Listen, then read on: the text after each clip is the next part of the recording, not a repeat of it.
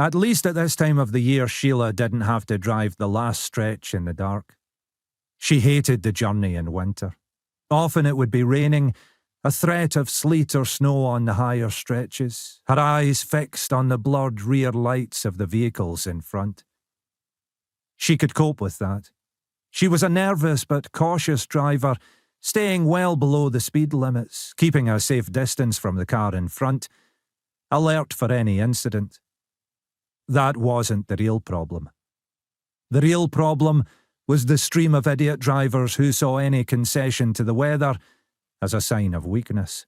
The ones who bombed up to the rear of her car, tailgating intimidatingly inches behind her until they exhausted their limited patience, overtaking on the next blind bend. Or the ones performing similar manoeuvres in the opposite direction, heading towards her, headlights on full beam, sliding back into their own lane only because other drivers slowed enough to allow it. She couldn't understand why people drove like that. She'd been involved in one fatal collision years ago. She hadn't been driving, and now she'd almost blanked out the incident. But it had been a long time before she'd wanted to drive herself, and she was constantly aware of the risks. She much preferred travelling during the spring and summer months.